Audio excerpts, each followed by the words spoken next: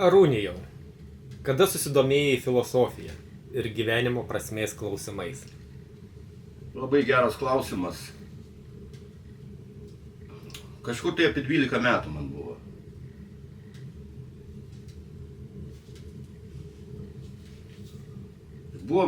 Aš gyvenau daugiabutį. Mano kieme, kaimyninio name, gyveno toks krokodilas, pravardė buvo. Ir nežinau, bet jis už mane daug vyresnis buvo. Kokiais 7-8 metais. Aš dar vaikas, man bet sakau, kokių 11-12 buvo, viskas prasidėjo. Aš dabar va taip atseku. Ir nežinau, jis už ką manęs labai nekęsdavo. Kažkodėl tai. Bet taip, kad ten muštų ar kažką, ar ten įspirtų į užpakalį ar kažką, tai nebūdavo taip. Bet būdavo taip, pasakykime, einu į parduotuvę iš ryto, dar žmonių kaip ir visi dar miega, stovi krokodilas prie savo laiptinės ir rūko. Sveikas, sako. Aš apsidžiaugiau, ar ir krokodilas sveikinasi, jau pradėjo, jis taip atsikrenkšė ir puf, jis spjaudavo. Tiesa, kaip jis atrodė, bet tikrai grynas krokodilas, ne vėl tai tą pravardę turėjo. Tos tokius akis apvalius. Dantis iltiniai, visi iltiniai. Ir tokie didžiuliai apvalūs akiniai. Ir plus dar unikalus kas, vardas Genadijus. Pagal tą multiką krokodilas Gena. Bet automatiškai pasmerktas tokiai pravardai. Ir vėl kitą dieną vėl eini ten. Vėlas. Puf! Pasispjauna. Bet kažkur vis tiek čia pataiko, čia. Tai va, aš galvoju, o kaip viskas prasidėjo. Ir buvo, atsimenu, mokyklai matematikos kontrolinis pirma pamoka. Pats griežčiausias mokytojas. Ir aš pramėgau. Ir einu, nebėgu, bet greitai labai ėjau, kad suspėti tą kontrolinį, nes baisu nepavėluoti pas tokį mokytoją, direktorius. Ir reikėdavo eiti per bažnyčios kiemą. Bet aš nežinau, aš iki kažkiek tai metų aš labai bijodavau, aš vienas beveik niekad neįdavau. Buvo bažnyčia aptverta, katalikų bažnyčia. Aš baisiai bijodavau, kai daug eina ten vaikų, tai nebijai šitą. Bet jau man aš turėjau būtent, nes ten arčiau gaudavosi. Tiesiog einu, taip nieko nematau praktiškai iš pat ryto. Atidarau vartelius, praeit, krokodilas jau taip pusės stovi. Ir jis taip atsikrenkštė ir puf, bet tiesiai į akį. Užlipdė pilnai akį. Ir aš tada nuėjau į tą pamoką, man jau nebe matematika rūpėjo, bet nebe tas kontrolinis, bet susimąstymas. Čia mano turbūt ir buvo pradžia. Ir pradėjau mąstyti, už ką? Ką aš jam padariau? Dėl ko tiek pykčio pasaulyje? Dėl ko tiek neapykantos? Daug tokių atvejų būdavo. Vat man turbūt čia ir gynė pati pradžia. Tada jau pradėjau kažkokias jau knygas pasirinkinėti tokius, kur kažkas tai jau, būtų kažkokie atsakymai. O čia aš taip galvoju, buvo pati pradžia. Bet dar istorijos ne pabaiga. Bet vis tiek mes kažkada užaugom. Man gal buvo kokį 20 metų. 21 gal. Ir aš nuvažiavau pas vieną draugą. Jis buvo kaip tik iš armijos grįžęs, ilgai nesimatėm. Desantininkų tarnavo. Dar rusų armijai. Ten, aišku, išgėrėm ten su juo. Jis paskui man sako, gal nori pasportuoti? Čia dar bus toks moralas iš tikrųjų. Gal nori pasportuoti? Sakau, ką turiu omeny? Sako, aš tau galiu gyvą kriaušę atvesti. Gerai, atvesk. Gyvą kriaušę. Palauk, sako, kas čia arčiausia gyvena dabar? Krokodilas, sako, atvesti. Tai va čia po šitiek metų. Aš taip dar taip. Tie įsitikinimai tokie buvo, sakau, palauk, bet jis labai kietas. Baigt. Nu, tai nuėjo, iš to būdo ištraukė tą krokodilą, atsivedė. Nu, ten, aišku, ten praeina tie pykčiai, iš tikrųjų, su metais, nu, praeina tie pykčiai, ten biškai, ten pamėtėm, pamaigėm turbūt, bet kad ten mušti su kumščiais, tai ne, ten, su kojom ten, tai biškai pametė, nu, baikit, bachūrai, baikit. Tai va, moralas koks, niekad neskriauskit už savi silpnesnių, nes nežinai, iki pasaulis apsivers. Bet sakau, tie pykčiai praėjo ir tai va tokia istorijos ta pamokanti pabaiga. Išvada, kad kuo žmogus sklydinas, tą jis ir dalinosi su tavim, ką turėjo. Pasaulis, kaip sakiau, juodas viską mato juodai, šviesus viską mato šviesiai. Bet čia reikia daug metų, kad tai suprasti. Pakalbėkime apie galimas jūsų priklausomybės, žalingus įpročius, požiūrį į tai. Geras klausimas. Dažniausiai tuos visi įprastai vadina žalingais tik kas.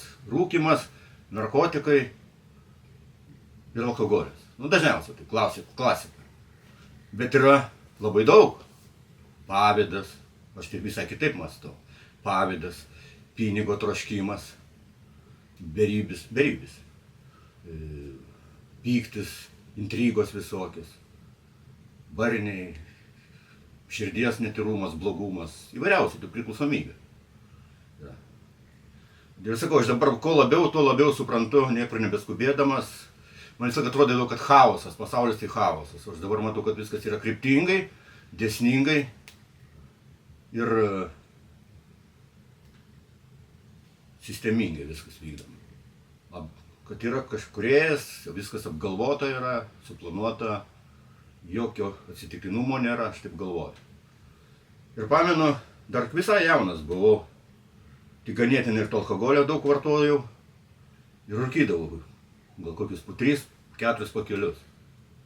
Būdavo, net ir 4 pakelius rūkydavau. Ir niekaip nepavykdo man iš to įsivaduoti. Niek. Ir va taip gavosi, kad jau buvau, alkoholį tai buvau pusę metų, jau, žinau, kad jau virš pusę metų buvau nevartojęs. Ir kaip tik buvo nauji metai, tai dabar man yra įprasta vienam būti per naujus metus. Aš visai jų nesureikšminu, sakykime. Bet tada, kaip jaunas, galvoju, kaip čia dabar vienas. Nu ir nuvažiavau vėl pas tą anksčiau minėtą draugą. Nežinau, ten gal 2 dienas mes ten baliavojom. Grįžau namo. Aš dar šiandien atsimenu. Tai bloga buvo. Savaitę laiko gulėjau tiesiog lovoj. Kažkoks apsinuodimas buvo, ar kas, nežinau. Savaitę laiko. Tai reiškia, ir va, nuo to laiko cigarečių blokas, geriausių cigarečių bloką turėjau prie lovos pasidėjęs. Nieko, nei valgiau, vandenį gėriau. Net nerūkiau. Tai va taip visiškai netikėtai buvo va, duotybė kažkokia tai. Visiškai netikėtai, tai va tęsiasi tada blaivybė, visiška abstinencija 15 metų. Visiškai. Nerūkau 30 su viršų metai. Nė vieno dūmo. Va, reiškia, buvo duota duotybė. Kažkas iš aukščiau, be jokių pastangų, be jokio... Tai čia dar istorijos ne pabaiga, dar galėčiau duoti keletą pavyzdžių ir norėčiau duoti iš tikrųjų. Tai buvo sekantis, po to tų 15 metų, tada jau labai vyną pamėgau. Ir labai mėgdavau toks, man buvo atradimas, likerinis vynas toks būdavo, raudonas vynas. Jis šiaip ir netgi gydytojai rekomenduodavo širdininkams. Nu, bet ten, kaip, ten po 100 gramų gal, po 50 gramų. Nu, yra toks receptas, kad medus ir tas vynas, širdžiai padeda. Būdavo tokių, nes čia mitas ar ne mitas, nežinau, bet daug specialiai kas gero. Tai aš kai atradau, tai man buvo stebuklas. Jau buvo vos ne kiekvieną dieną aš jį pirkdavau. tą likerinį. Man tai buvo atradimas, pamenu. Taip kažkaip pamėgau labai. Bet sakau, vieną kartą aš jau tiek buvau prisigėręs. Tai irgi visą savaitę gal aš kamavausi. Tai paskiau į parduotuvę jau nueidavau po to laiko. Jeigu akis užkliūdavo, man parduotuvį pykint pradėdavo. Tai va irgi tavo duota duotybė. Vėl įsivadavimas.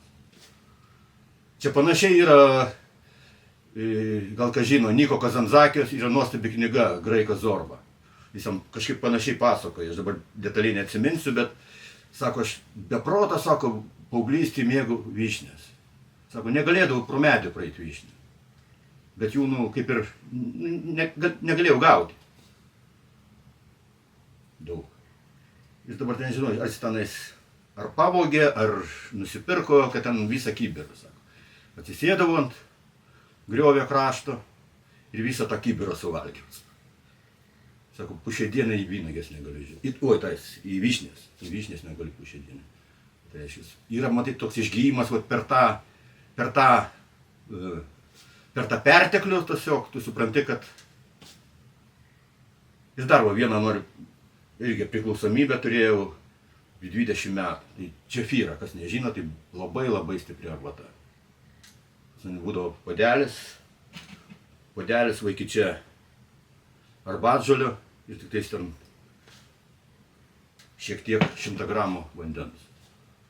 Ir tai svarbiausia, kad tą dozę visą laiką turi kelti ir kelti ir kelti ir kelti ir kelti. Tai buvo net momentas, kad aš, nes paprasčiausiai miegi. Vieną dieną galima,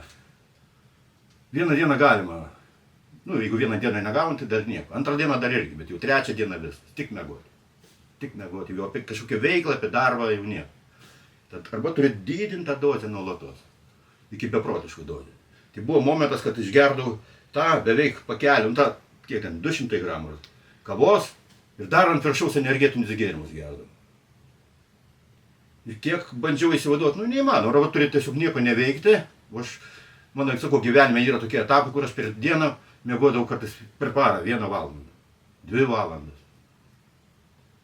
Aš aktyvus žmogus. Tai man būdavo 4 valandos, tai čia jau stebuklas įsimiegoti. Tiesa, sekmadienį jau miegodavau jau. Tai va čia irgi toks pavyzdys. Bet kaip aš įsivadavau? Visiškai netikėtas. Įrenginėjau tokį restoraną, padėjau įrenginėti žmogui.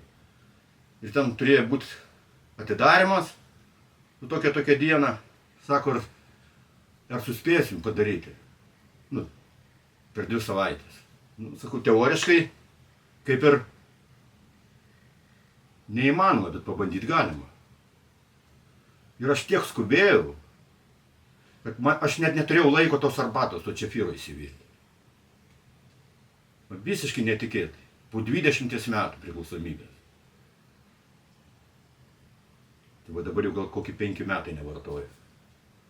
Tai, kad net neturėjau pasidaryti. Ir viskas, buvo viskas tas atidarytas restoranas, grįžau namo.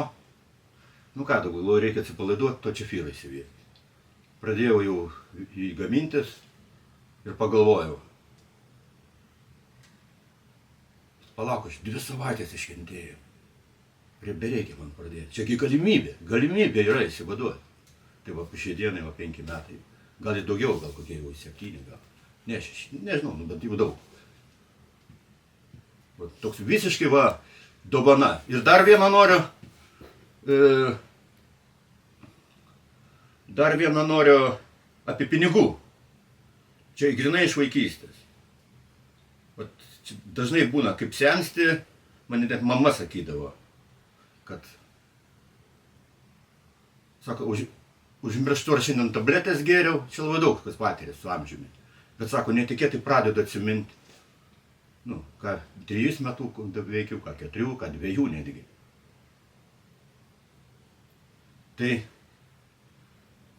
va, viena tokia dar istorija paskutinė čia iš tos tematikos, tai ir pamenu, mes vaikystėje, tiksliau, suaugėse žaisdavo, net vyrai suaugę žaisdavo. Sudeda tas rusiškas kapeikas ir pasidarydavo tokias bitkas iš vyno įsiliedavo. Ir ten iš tolo banką sudeda tas visi, kiekvienas ten vienodai ir kas pataiko, tas kapeikas visas pasiema. Nu, gal ten vyrai, gal ir ten buvo metaliniai rubliai, tai gal iš tų žaisdavo. Nu, va toks žaidimas. Labai buvo populiarus rusų laikais, labai. Bet mes vaikai, mažiukai, aš dar į mokyklą neėjau. Tai mes ieškodom šitų nuo alaus kamštukų, nuo limonado kamštukų, juos suplytą suploji. Ir iš tokių mes žaisdavom. Ne iš pinigų, bet iš tų kamštukų. Bet manęs mama neleisdavo. Tiksliau, leisdavo būti tik kieme, visą laiką sakydavo. Nu, aš negalėdavau toliau išeiti, kad per langą pažiūrėjus visada tave matyčiau.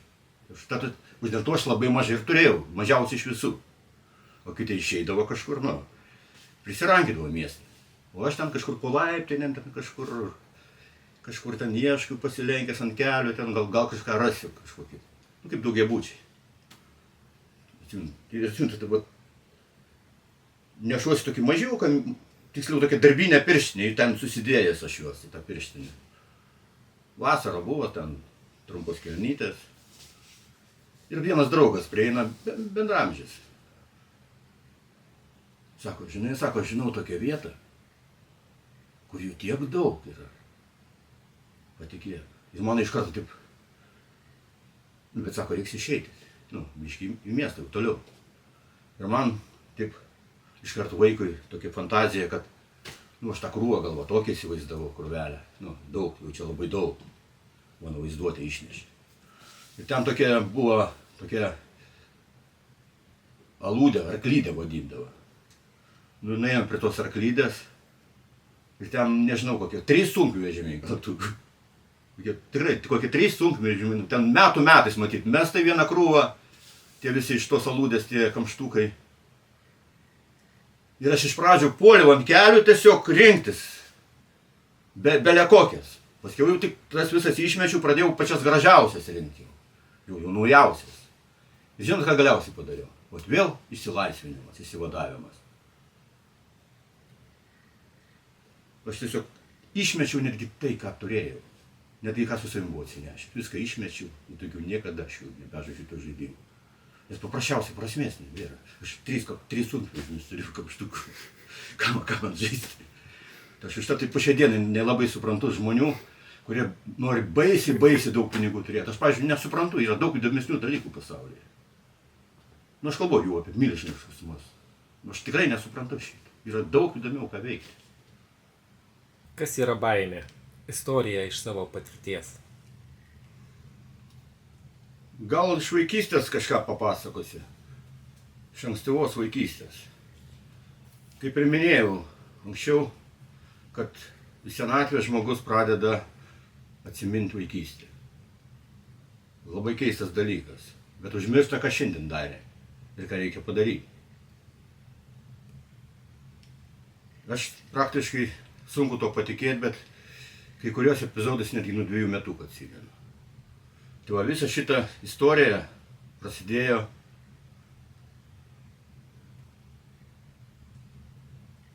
nuo 2 metukų. Aš gyvenau vienoje laiptinėje, kitoje laiptinėje gyvena toks, nu jau vyras, nu kaip jau, virš 20. Turėjo pravardę Begemotas, nes buvo baisiai storas ir aukštas. Pravardžiuodavo Begemotu. Bet aš jau pradėjau nekęsti nuo 2 metukų. Būdamas. Gal 3 buvo, nežinau. Gal 2,5. Mane mama išvesdavo prie laiptinės. Nu, tam jau sėdėjom vežimukė ir palikdavo.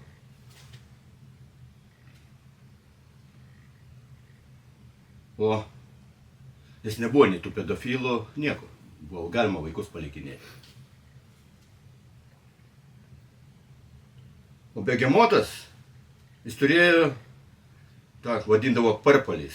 Ne mopedas, bet tie tokie motoriniai dviračiai. Jisai, matyt, per stambus buvo su juo važiuoti. Bet jis visą laiką prie laiptinės taisydavo ir taisydavo jį, bet niekad nevažiuodavo. Valydavo, taisydavo. Ir į tą duskelį į mane atsuka. Aš mačiau, kad sėdžia ir man visi tie dūmai eina. Nu, tos dujos išmetamasis į mane. Į man jau neapykata jam atsirado jau nuo ankstyvos vaikystės. Tada jau gal man buvo kokie 11 panašiai. 11 metų, metukų 11. Ir buvo vaikystė tokie žaisliniai pistoletai ir tokie strėlytės plastikinės tokios. Nemažas jos. Aš to neturėjau, bet man vienas draugas davė pažaisti tiesiog. Ir nežinau, kokia čia mane dvasia vedė. Aš to bėgimoto ir bijojau savotiškai. Ir jis savo Rusijai buvo. Kaip daugiabučiukas, įsivaizduojat, daugiabučias. Nes yra žmonių, kurie ir daugiabučiuose gyvena. Tai, kas yra daugiabutis? Aš kaip visą laiką vadinu. Tai yra laikinas karstas. Sako, prabangus butas. Tai yra prabangus laikinas karstas. Tai, kokia mane dvasia vedė, nežinau. Aš įeinu į tą Rusiją. Su tuo pistolečiuku. Matyt, filmai paveikė. Va taip laikau. Kaip gangsteris kažkoks tai. Bet šviesa dega ne kalidorių, bet tik pas begemotą Rusijų, asmeninį Rusiją. Įeinu patyliukais, su to pistoletą laikau tą žaislinį. Ir begemotas jis ten vėl valos, va to motorinį tą savo dviratis. Valo. Aš prie pat stoviu ir jis manęs nemato. Visiškai prie pat esu. Ir jis nepastebi. Jis tiek įsigilinęs į tą motopirkę, taip sakant. Ir aš taip pasižiūrėjau ir virš manęs lemputė elektros. Ir aš painu tą lemputę iš šono. Visur tamsu. Nes taigi bėgom. Begemotas vysis. Bet aš ką, lengvas kudutis, kur begemotas pavis, 11 metį, plius dar lengvatletiką lankiau tuo metu jau. Berots jau jo. Tai be šansų pagauti. Ir prasidėjo tada gaudynės. Jis vis mane bandydavo. Pamato ir bandydavo pričiupti. Dėl tos lemputės. Bet aš visą laiką pabėgdavau nuo jo. Ir taip buvo, kad su vienu savo bendraamžiu klasioku nuėjome į tokias statybas. Nes nebuvo nei tų kompiuterių, mes visur trydomės ir po statybas visur. Turėjom vieną cigaretę parūkyti. Nuėjom į 3. aukštą užlipom. Namas jisai jau pastatytas, bet dar nėra nei langų. Tiesiog atviros angos. Bet jau viskas kaip ir pastatyti. Nuėjom į 3. aukštą. Atsisėdom. Parūkėm. Bet mums net į galvą neatėjo, kad ten sargas gali būti. Galimai savaitgalis gal buvo, kad nebuvo darbininkų. Taip, žinau, sėdim ten ant kažkokių plytų. Ir tarp durį, per visas duris, ateina begemotas stovi. Tyliai. Net į galvą netėjo, kad čia yra sargas ir pasirodo tas begemotas ten sargu dirbo. Tai va, čia dabar prasidės ta baimė. Jisai taip šypsosi dviprasmiškai. Paukštelį, dabar tai jau pakliuvai. Ir man sakau, tiek sukaustė baimė, kad aš net negalvodamas.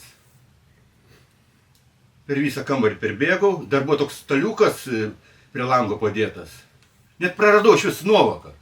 Kur esu, kas esu, kad čia 3. aukštas. Ant toks staliukas taigi užšokau ir nuo to staliuko net nežiūrėdamas kur pro langą. Ir iššokau. Tai ačiū Dievui sėkmingai, kaip pasakyti. Čia buvo mano pirmas susidarimas su mirtim. Savotiškas. Nes ten šalia visokie gelžgaliai buvo, plytos, visko buvo ten. Bet aš kažkaip pataikiu į tą viduriuką, nors visiškai net nesitaikiu, nes mane tiek baimė sukaustė, kad aš vis praradau. Būtų 16 aukštas, būčiau 16 šokęs. Iššokau ir staigi iki namų nubėgau, ten per porą minučių duris įsirakinęs saugus.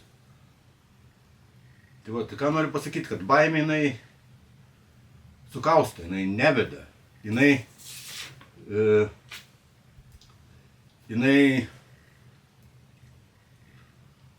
pasakyti. Laisvas nuo baimės jis eina. Ir eina išdidžiai.